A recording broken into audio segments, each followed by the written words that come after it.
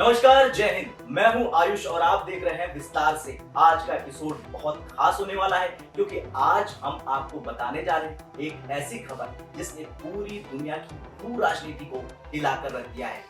भारत और चीन दो सबसे बड़े पड़ोसी देश जो दशकों से सीमा विवाद में उलझे हुए हैं, अब पहली बार सीमा निर्धारण के लिए स्पेशल ग्रुप्स बनाने पर राजी हो गए हैं। जी हाँ, ये बात कोई छोटी मोटी नहीं है बल्कि बड़ा धमाका है। आजादी के बाद 1962 की जंग और 2020 के गलवान विवाद के बाद अब ये पहला मौका है जब दोनों देश फाइनल बॉर्डर ड्रॉ करने की दिशा में आगे कदम बढ़ा चुके हैं। तो सवाल ये है कि आखिर ये डिलिमिटेशन क्या होता है, इससे क्या बदलेगा? क्या भारत चीन सीमा का हमेशा हमेशा के लिए समाधान हो जाएगा? और इस पूरी खबर में क्या छुपा हुआ है, इन्हीं सवालों का जवाब आज हम आपको देंगे विस्तार से में। सबसे पहले समझते हैं कि आखिर ये बॉर्डर विवाद है क्या। दरअसल भारत और चीन की सीमा लगभग 3488 किलोमीटर लंबी है, लेकिन हैरानी की बात यह है कि इसमें से कोई भी हिस्सा इंटरनेशनल बाउंड्री के रूप में फाइनलाइज नहीं हुआ है। भारत का पाकिस्तान के साथ इंटरनेशनल बॉर्डर और एलओसी मिलती है, लेकिन चीन के साथ केवल LAC line of actual control है। 3 सेक्टर है। पहला है वेस्टर्न सेक्टर जो लद्दाख और अक्साई चीन से लगता है। दूसरा है मिडिल सेक्टर जो हिमाचल और उत्तराखंड में लगता है, और तीसरा है ईस्टर्न सेक्टर जो सिक्किम और अरुणाचल प्रदेश से लगता है। अब 1962 की जंग में चीन ने अक्साई चीन पर कब्जा कर लिया। अरुणाचल को चीन आज भी साउथ तिब्बत कहता है। 1962 के युद्ध के बाद से लेकर 2020 के गलवान संघर्ष तक यही कहानी रही। भारत और चीन बार बार बातचीत करते हैं, कॉन्फिडेंस बिल्डिंग लाते हैं, हॉटलाइन बनाते हैं, लेकिन जमीन पर कभी स्थायी हल नहीं हो पाता है। गलवान की घटना में भारत के 20 जवान शहीद हो जाते हैं। भारत तक ने आपको दिखाया था कि किस तरह भारत के वीर जवानों ने चीन के सैनिकों को दौड़ा दौड़ा के मारा था।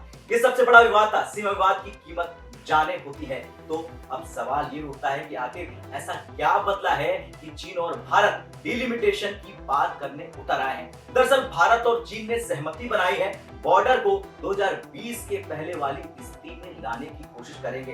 भारत ने फिर जोर दिया है कि परमानेंट रोड मैप चाहिए, और अब अगस्त 2025 में चीन के विदेश मंत्री वांग यी की नई दिल्ली यात्रा, पीएम मोदी से मुलाकात, और इससे ठीक पहले राजधानी दिल्ली में वांग यी के साथ कई उच्च स्तरीय वार्ताएं हुई थी।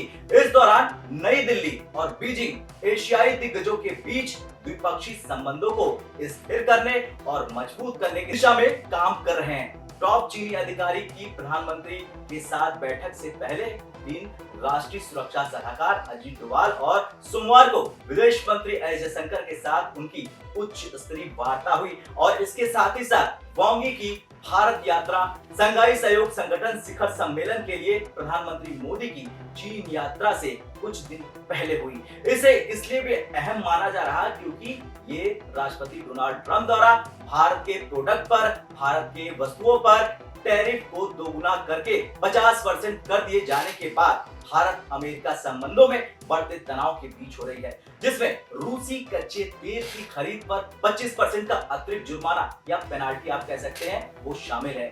यही फैसला हुआ कि स्पेशल ग्रुप फॉर डिलिमिटेशन बना लिया जाए। अब आप कहेंगे कि डिलिमिटेशन और डिमार्केशन क्या होता है। दरअसल अब ये बड़ा इंटरेस्टिंग हिस्सा है। हमने अक्सर सुना है कि डिमार्केशन यानी जमीन पर बॉर्डर पिलर लगाना, लेकिन डिलिमिटेशन क्या है? ये पहला कदम है पेपर पर, मैप पर बैठकर लाइन ड्रॉ करना। भारत और चीन पहले मैप पर तय करेंगे कि सीमा कहां जाएगी, उसके बाद ग्राउंड पर जाकर पिलर लगाए जाएंगे। यही होता है डिमार्केशन। यानी अभी जो हुआ है वो बस पहला और सबसे कठिन कदम है। वैसे मुश्किल है डिलिमिटेशन, क्योंकि ये काम सुनने में आसान लगता है लेकिन ये बेहद कठिन है। क्यों? क्योंकि भारत और चीन दोनों के पास अलग अलग पुराने नक्शे हैं। अक्साई चीन जिसे भारत कहता है हमारा है, चीन ने कब्जा कर रखा है। अरुणाचल प्रदेश भारत का हिस्सा है, लेकिन चीन ये दावा बार बार करता है कि ये उसका है। भौगोलिक चुनौतियां हैं, ग्लेशियर पहाड़ है, नदियां हैं, इन सब पर सीमा खींचना बहुत मुश्किल है। डोमेस्टिक पॉलिटिक्स भी है। अगर भारत कोई इलाका छोड़ता है तो विपक्ष कहेगा जमीन बेच दी गई।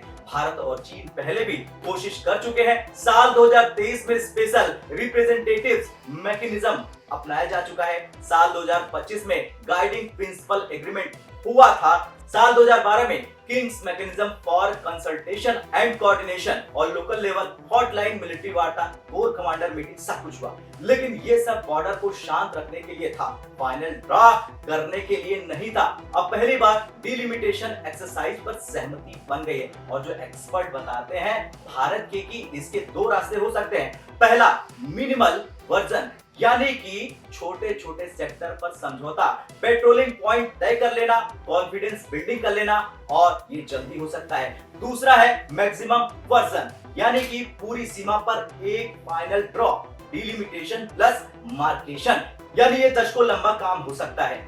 अब बात करते हैं फायदे और खतरे की। तो फायदा ये होगा कि बॉर्डर पर शांति होगी, डिफेंस खर्च में कमी आ जाएगी, विकास पर ध्यान होगा दोनों देशों का, व्यापार और कनेक्टिविटी बढ़ जाएगी। खतरे ये है कि चीन का भरोसेमंद न होना, पाकिस्तान फैक्टर, क्योंकि चीन पाकिस्तान का आयरन ब्रदर है। और सबसे बड़ी बात घरेलू राजनीति, यानी जमीन देने का आरोप। खैर कुछ भी हो, देखना ये होगा कि क्या सचमुच ये बॉर्डर विवाद का अंत हो सकता है या ये बस चीन का एक और टाइम पास डिप्लोमेटिक ट्रिक है। वैसे इतिहास गवाह है कि चीन कहता कुछ और है और करता कुछ और है, लेकिन फिर भी अगर भारत और चीन सीमा विवाद सुलझ जाता है तो ये 21वीं सदी का सबसे बड़ा जियोपॉलिटिकल गेम चेंजर साबित होगा।